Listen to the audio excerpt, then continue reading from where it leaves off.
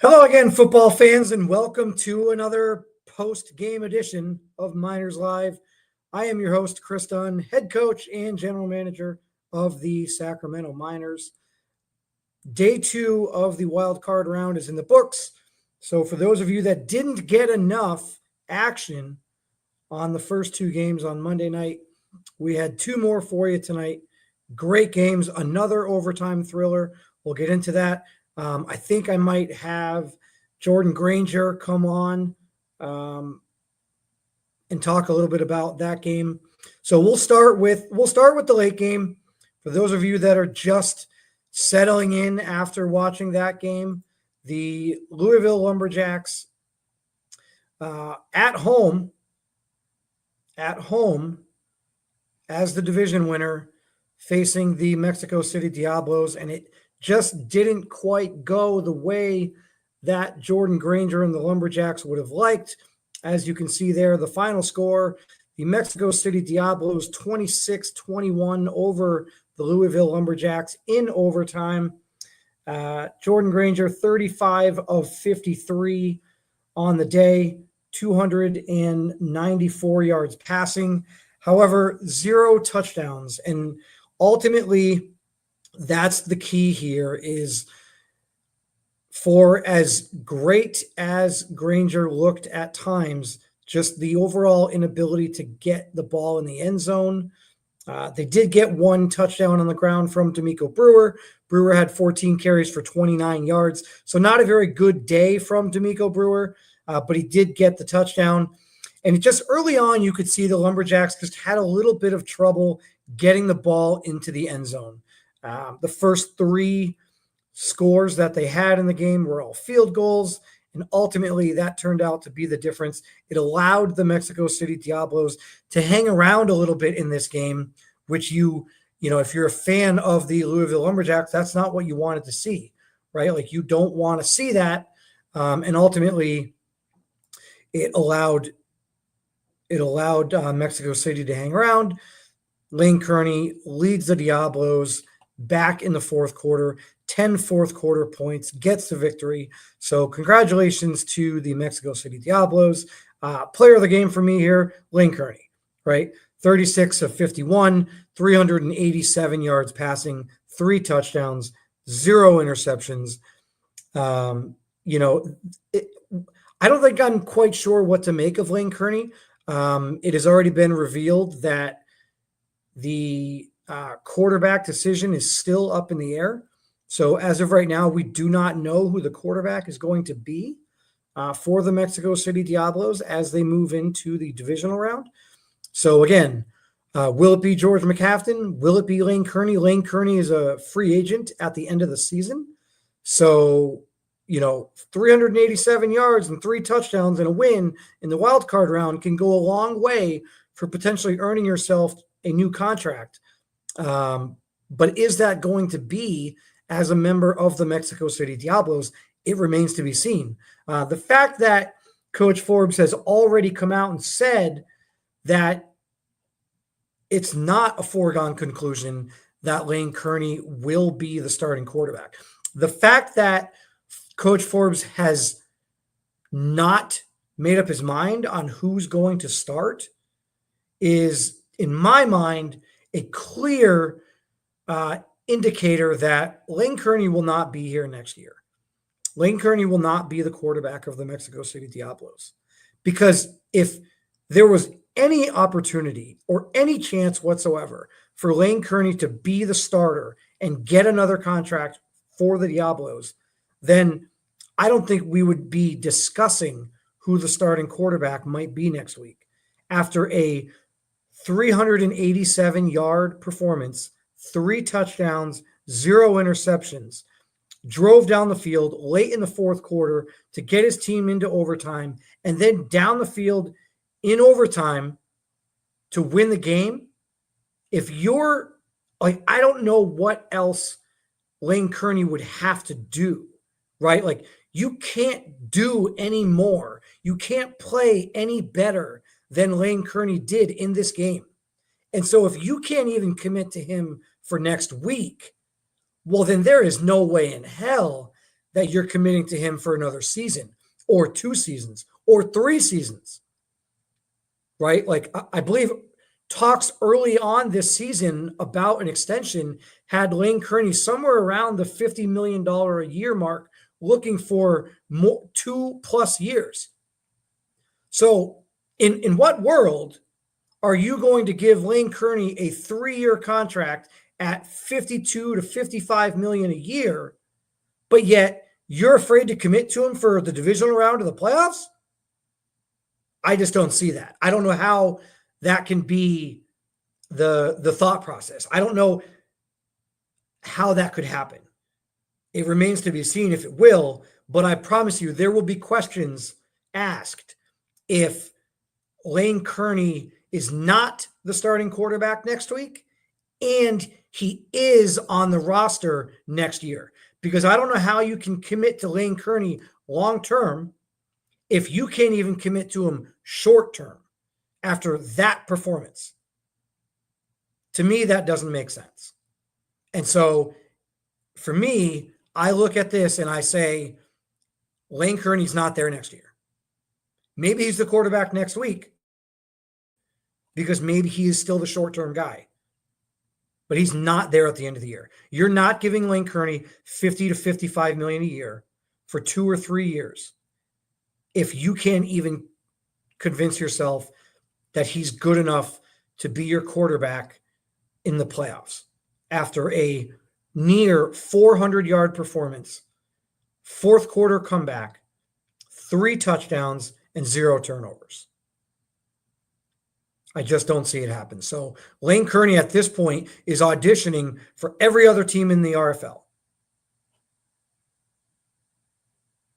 On the flip side of that game, we have Jordan Granger. And now I really want to take a moment here because I will be the first person to say out loud, I wasn't sold prior to this season on Jordan Granger coming in as a rookie and performing.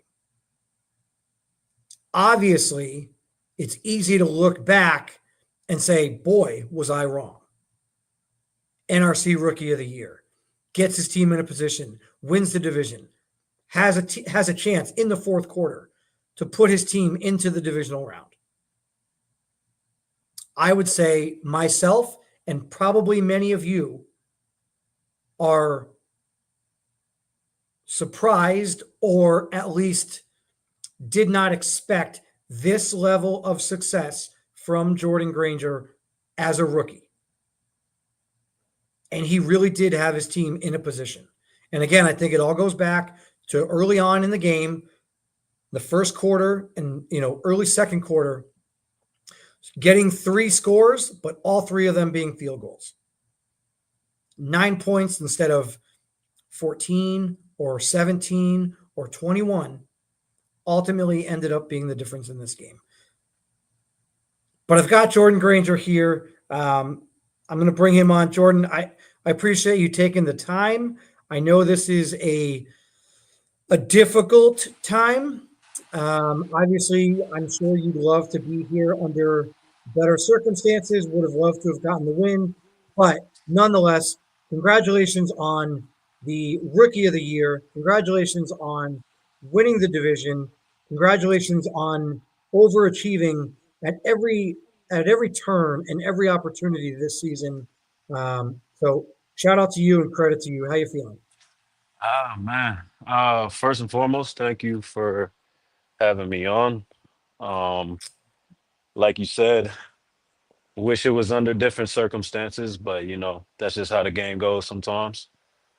Um, but yeah, I mean, we had a good opportunity to advance, and like you were saying, in the playoffs, every play matters, every every possession counts, and they just made a few more plays than us, and probably 1 or 2 more plays than us, and in the playoffs, that's probably all it takes. So a little distraught, Yeah. but uh, we I think we showed a lot this season. We surprised a lot, and next season, we just regroup and come back better. So looking at next season, I mean, I know it's hard to look that far into the future because Right. this game is so, it's so fresh, and it's still in your head. But looking at next season, if you had to look at this team, and I'll be the first to admit, I feel like you guys overachieved in the eyes of the community and what we expected from the Lumberjacks this year. So what are you looking at if you had the opportunity, if it was up to you, what would the Louisville Lumberjacks be doing in the offseason and heading into the draft to make this team better for the future?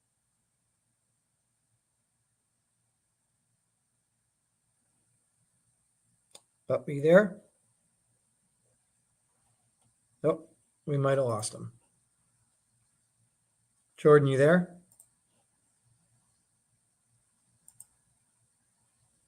All right, we'll see if we can get him back. Jordan, if you're there and you get a chance to hop back in, come on in. But it's tough. It's hard to look at the Lumberjacks right now and think about next year and think about the future because this game just happened. But when you get a chance and you look at the Louisville Lumberjacks, you've got some guys that I don't believe have been re-signed that are free agents. Obviously, you've got Trey Mason, who's the backup quarterback at this point. So he's going to be gone. And with that money, Trey Mason was getting a pretty good paycheck. So the amount of money that they're going to save not having to pay Trey Mason, where's that money going to go? Right? Like, who are you going to bring in? I feel like the Lumberjacks, having overachieved a little bit this year, are a team that should be aggressive in free agency, right? I think they'll have some dollars to go out and find players and bring players in so that you don't have to rely on the draft. The draft is great, but a lot of times the draft is for the long term, right? And right now, if you're the Lumberjacks, you're not necessarily thinking about season 12 and 13. Now you're thinking about season 10, right? Because you kind of overachieved a little bit here. So I think we got Jordan back on here. Jordan, I don't know if you had a chance to hear the question, but if it were up to you and you had a say in what the Lumberjacks were going to do in the offseason and what they were going to focus on heading into the draft, what would that look like to you? Obviously, I mean, it's a team sport, and Sure. as a collective, we all take the blame. I would like for us to probably invest in, some more DBs. Um, get a go out and try and get somebody high in the draft if we can. I know we had a great season, but if we could probably make some trades, or see what's out there in free agency. I think, adding a DB to a defense that, you know, can use it and showed a lot of potential, I think takes us to another level and probably another piece on the offensive line. Um, and yeah, I mean, I think we're a couple of moves away from really being where we need to be in terms of contenders and, pushing for a reload. So I think if we can make some successful moves in this offseason, man, it could be trouble for the rest of the league. Well, I'm certainly not surprised to hear a quarterback say that he would like his team to go out and target some offensive line. Mm. But looking at the roster, it certainly makes sense, right? When you look at Zach Ballantyne and OC Okorafor, those are the better of the two. Those are the linchpins on the outside. But Ballantyne is 31, and then in the case of Okorafor, 27. So he's good there, but the interior offensive line, I think, is probably where you would like to see a little bit of focus, whether that's Right. at the guard position or whether that's at the center position. You're talking about low 70s on some of those guys on the interior offensive line. So it seems like between Ballantyne and Okorafor, the outside looks good. Maybe you try to address that tackle position because how much longer is Ballantyne going to be around, right? Right, Already right, at right. 31 years old. And so you want to get out in front of that and try to find someone that can replace him sooner rather than later. But you don't necessarily need to invest early round draft capital to do that. Um, Yeah, definitely, definitely. so Um, and to add to your point, man, I play a lot bigger than I am. I'm 6 foot, 6'1" in shoes. So, to have that pressure coming up the middle sometimes is very difficult for, a quarterback of my size. So, sure. um, yeah, anything to help that. I mean, I took a couple hits and tried to show out for my team, in terms of staying in that pocket and delivering throws with defenders in my face. But, you know, if that could get helped, I mean, I like our chances, man. I believe in my abilities and with the right team around me, I think I've proven in this league that I can lead, teams to wins and to good seasons. So, I mean, I don't think it's too far-fetched to believe in myself, with the right pieces in order as well. Yeah, I certainly would agree with those sentiments. I feel like you've absolutely proven yourself in this league. And again, I don't know if you heard it at the beginning before you came on, but I'll be the first to admit Right. I didn't expect this. I didn't see this in year one. Um, you could probably go back and pull tape where I was probably like, no, I don't see this happening. I don't see a rookie coming in and taking over the league in the fashion that you did. So you proved me wrong. I think you probably proved a lot of people in the RFL wrong, and that's a credit to you. So I know that this one stings. I know that this one's not going to feel good tonight. But hopefully you take this as a learning experience and just use it as a little motivation for the rest of your career. I think nothing but good things to come. And again, I hope you're not too hard on yourself for this one. And I'm really looking forward to watching you as you progress in the RFL. So Uh, I appreciate that, and just to, you know, piggyback off of what you just said. I mean, I think since I've been in the league, I've been in the mindset of proving people wrong. So, um, since my college days, and I think that's kind of what my career has been on. But now, like you said, the league is on notice. So it's not, good night.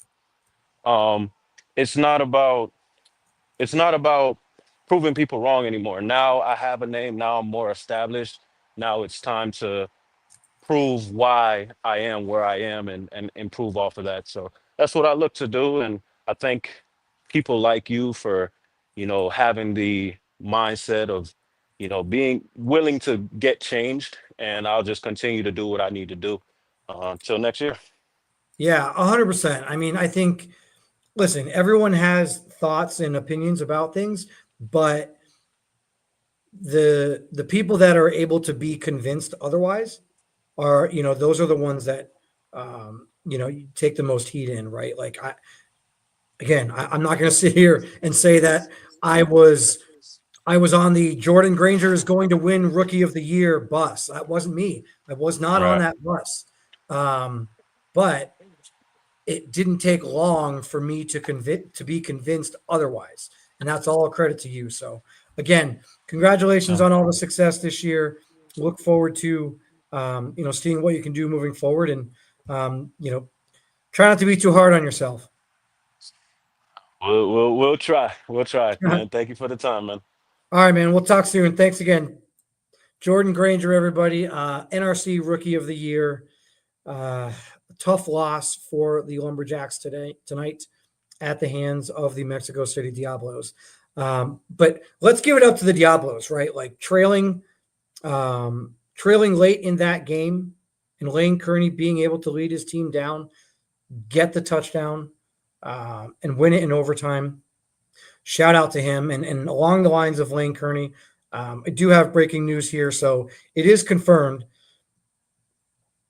It is 100% confirmed that the Diablos will not be bringing Lane Kearney back for next season. So, like I said, we can't really live in a world where the Diablos are going to bring Lane Kearney back long term, but they can't even commit to him short term.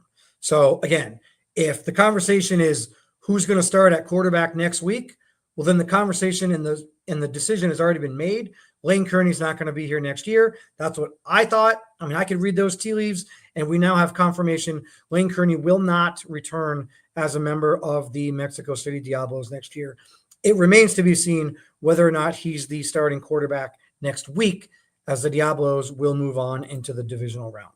But the Diablos and the Lumberjacks were not the only game. They were not the only game tonight. So for those of you that have been with it RFL Wednesday night from 7:30, you had an opportunity to see the Cincinnati Hogs win big at home against the Brooklyn Bulls. 38-15, the final score. Yes, the Hogs were the home team. Yes, they won their division. But I think many of us probably thought that the Bulls were the better team. I don't know that I thought too highly of the Bulls, having just played them in week 18 and kind of put a pretty good whooping on them. I feel like Devin Wade is hit or miss. And it's crazy to say that about a guy that, for the entire season was in the running for the MVP, but last week didn't look that great. Tonight didn't look that great. Ronnie Shanahan, another rookie, just like Jordan Granger. Ronnie Shanahan gets the win. He's moving on. And I know a lot of the talk in this game is going to be about Ronnie Shanahan and how he's a rookie and he got his team into the divisional round. And yes, all of those things are true.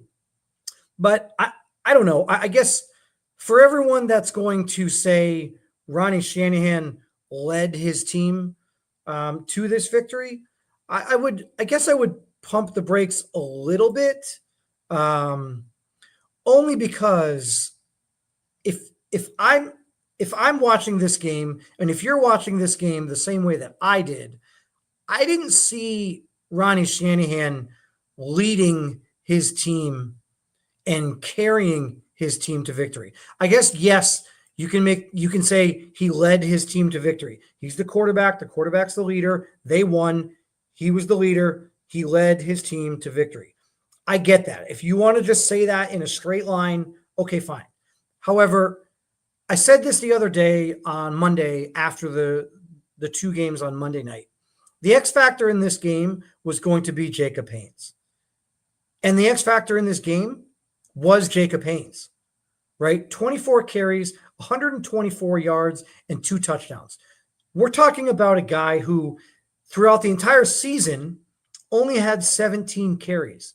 And of those 17 carries that he had on the entire season, 12 of those came in week 18 after Dre Shivers got injured.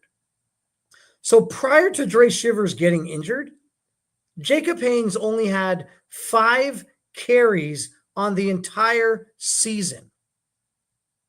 Think about that for a second. To have 5 carries all year, get thrust into a starting role after Dre Shivers goes down, and then carry the ball 24 times for 124 yards and 2 touchdowns in a game where many people said you should have lost, in a game where many people felt the other team on the opposite side of the field was better than you. Shout out to Jacob Haynes, right? Like, Ronnie Shanahan's going to get all the credit, and that's fine. But Jacob Haynes, without Jacob Haynes going for 124 and 2, I don't know that the Hogs win this game, right? Like, you look at the time of possession in this game. For those of you that know me, you know my keys to victory are third down percentage, time of possession, and the turnover battle. Those are the big 3 for me. I also like for my running backs to get, over 4.5 yards per carry. I feel like that's kind of a no-brainer. But when you look at those big 3 that I just mentioned, time of possession, the Hogs 34 minutes, 32 seconds, and the Bulls 21 minutes, 28 seconds. We're talking 13 minutes of differential.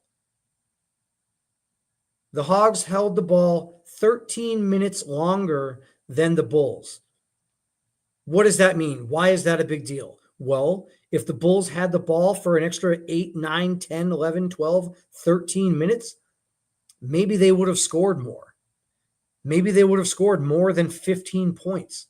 If you gave the Bulls an extra 10 minutes of clock, maybe instead of 15, they score 24. And if you take away that 10 minutes of clock from the Hogs, maybe instead of scoring 38, they score 24, 27. Maybe it's a much closer game, right? But because Jacob Haynes was able to, I would say, carry this team, pun intended, right? Carry this team for 24 yards, 24 carries, 124 yards. That gave the Hogs the ability to win the time of possession. It gave Ronnie Shanahan the ability to not have to force things. You know who Ronnie Shanahan reminded me of tonight?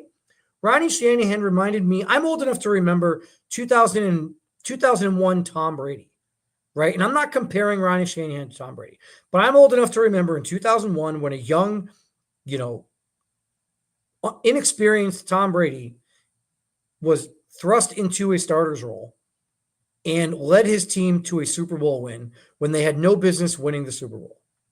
And the reason why Tom Brady looked so good was because he didn't do anything that he didn't have to do, right? And that's kind of what I feel like Ronnie Shanahan is best at, is doing the little things. Ronnie Shanahan is going to win games for the Hogs when he doesn't have to do the big things.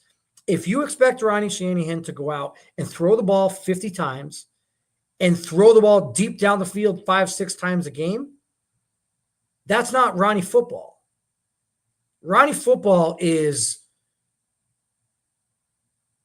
I don't want to say dink and dunk, but more of a game manager. The defense is great. The running game, with or without Dre Shivers, is now great, right? You don't need Ronnie Shanahan to go out and win the game. You just need him to go out and not lose the game. And that's the key for the Hogs moving forward.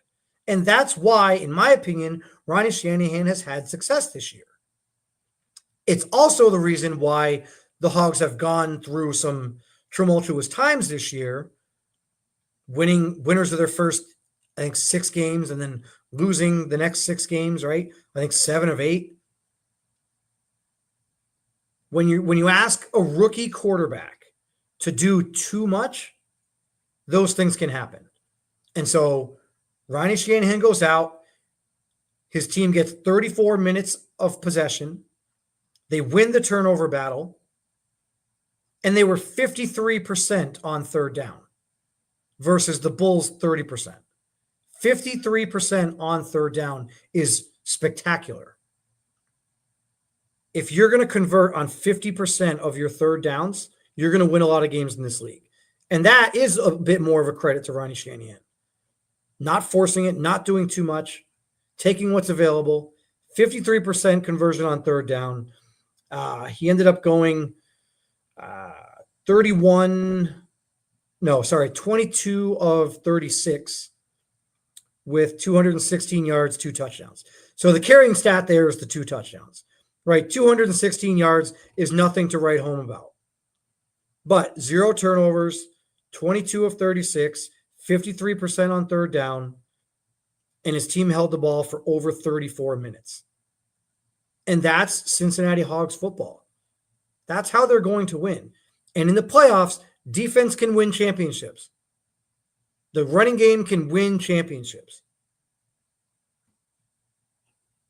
So it remains to be seen what the Hogs are going to look like moving forward.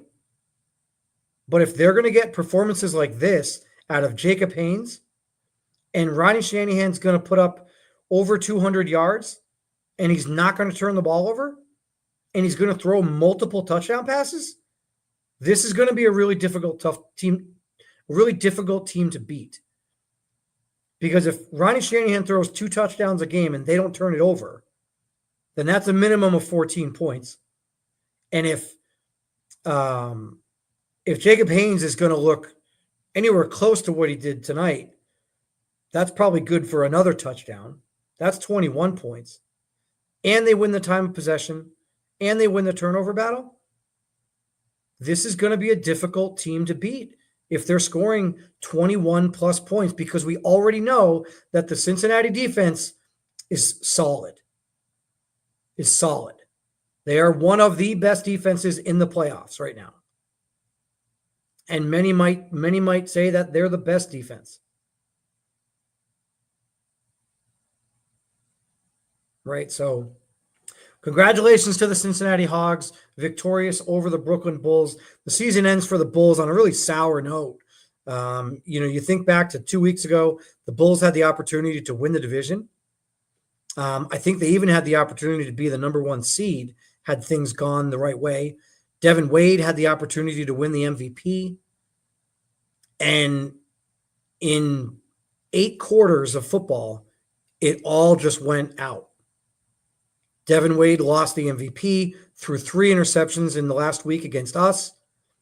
And then in the postseason here in the wild card round, threw for 239 yards on 26 of 39 passing. Yeah, he had 1 touchdown, but he had the interception.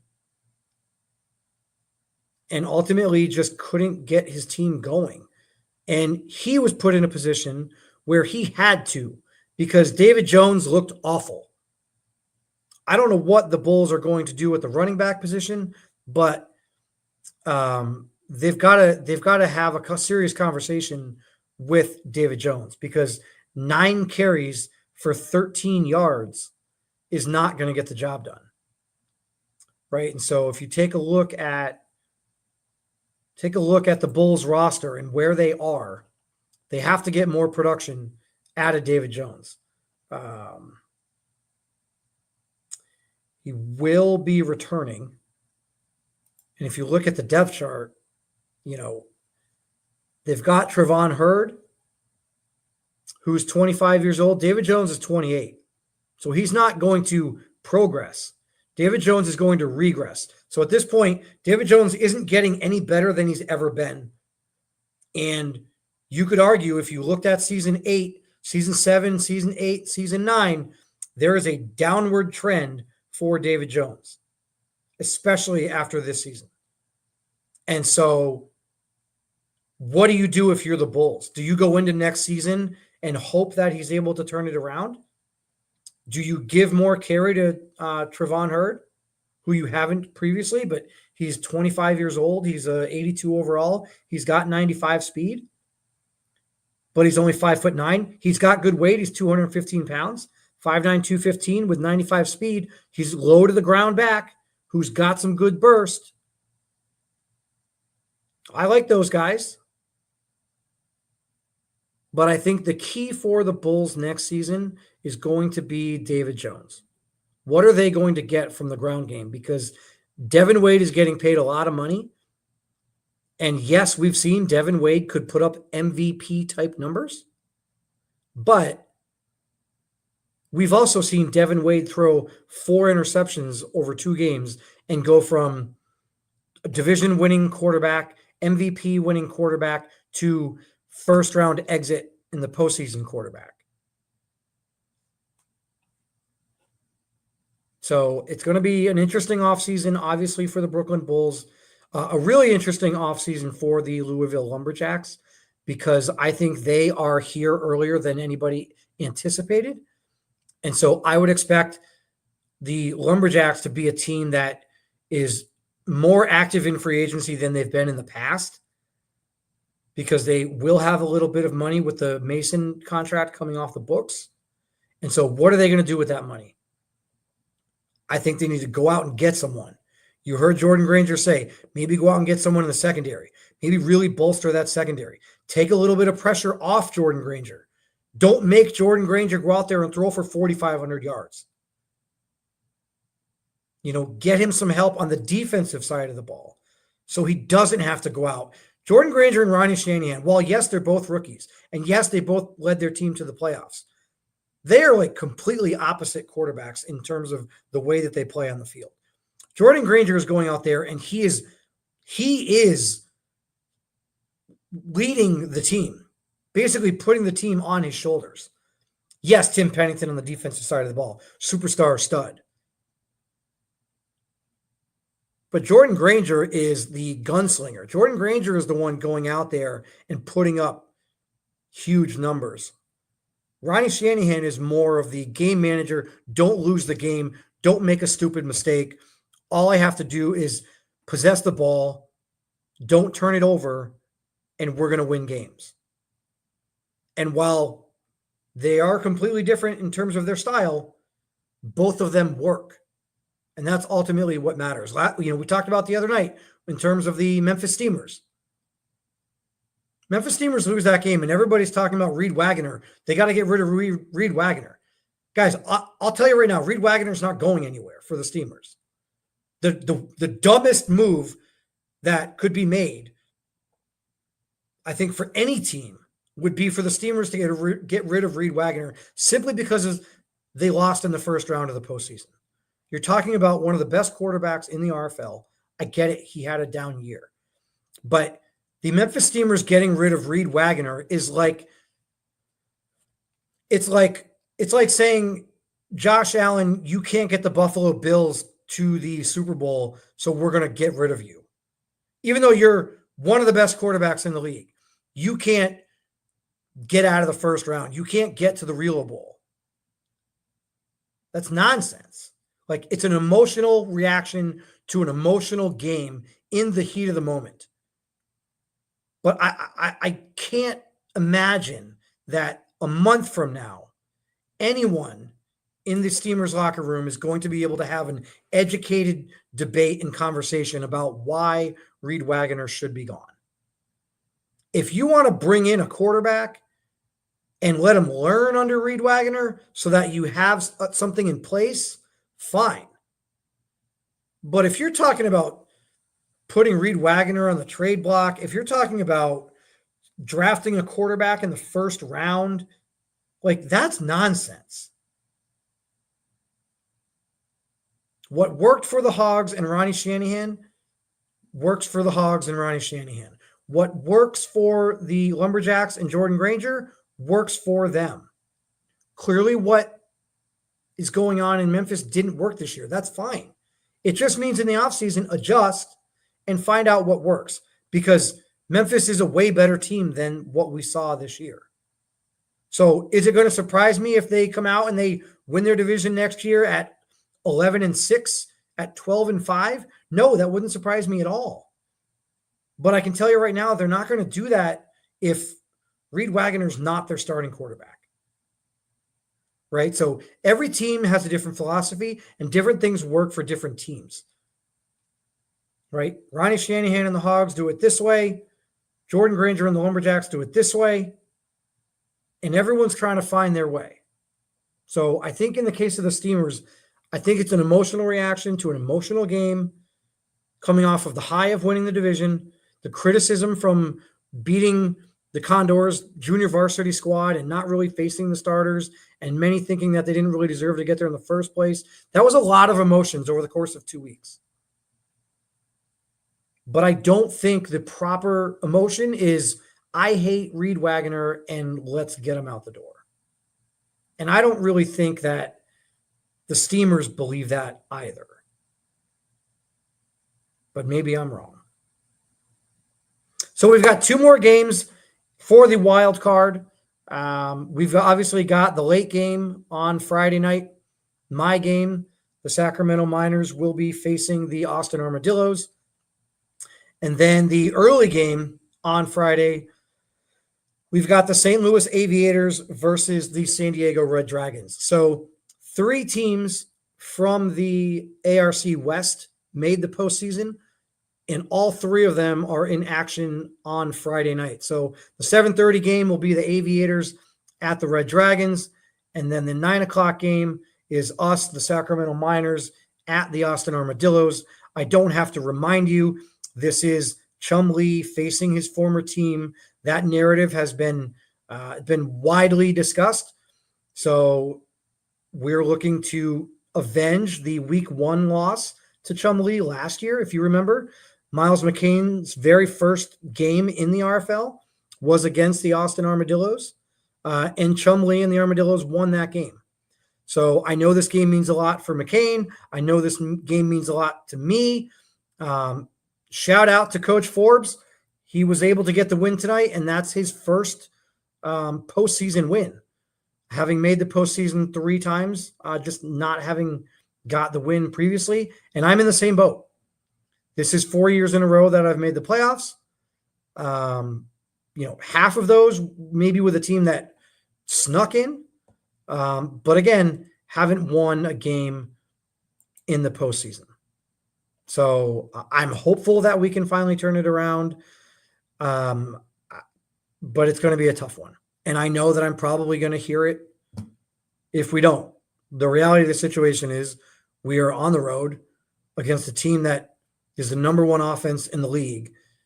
But I'm sure there's going to be people out there that are saying, I can't believe the Miners lost in the first round again. We've been in the playoffs 4 times, and 3 of the 4 times we were the lower seed on the road. Not really supposed to win those games, but it remains to be seen. Hopefully that doesn't matter. Hopefully we get the win and we can move forward to the Celtic Tigers in the divisional round. So I hope you guys enjoyed the action tonight. Shout out to Killian Bain. I saw Bain in the chat. Forbes. Looks like these Wednesday night postgame ones are not as popular for you guys. So not too many of you out there tonight. But again, I hope you guys enjoyed the action. I probably won't be going live after Friday. It remains to be seen. Maybe I will. But yeah, enjoy the day off tomorrow. And we will see you guys Friday night. So until Friday, I am Chris Dunn, head coach and general manager of the Sacramento Miners, your host here for these post-game recaps. And again, shout out to Jordan Granger. Appreciate him coming on. But until next time, take care, everybody.